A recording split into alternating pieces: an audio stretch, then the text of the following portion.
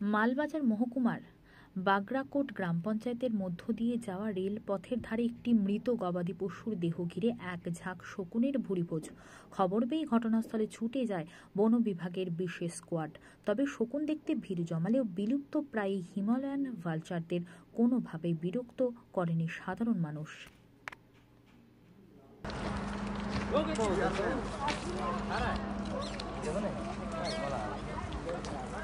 गाय रे ये गाय था खरा हाँ गाय गोरु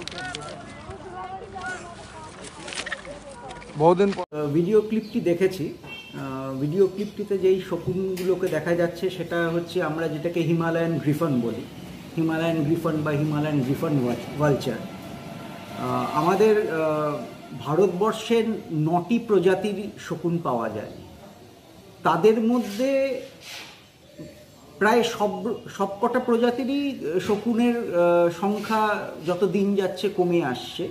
তাদের মধ্যে হিমালয়ান ভালচারের সংখ্যার অবস্থাটা রিলেটিভলি বেটার। এই হিমালয়ান ভালচার আমাদের যে এটা তো হচ্ছে আমাদের হিমালয়ের পাদদেশের সমতল তরাই বা ডুয়ার্স অঞ্চল। এই হিমালয়ান গ্রিফনগুলো ব্রিড করে হচ্ছে আমাদের হিমালয়াসে সাধারণত মিড টু হাই অল্টিটিউডের রেঞ্জে এটা ব্রিড করে।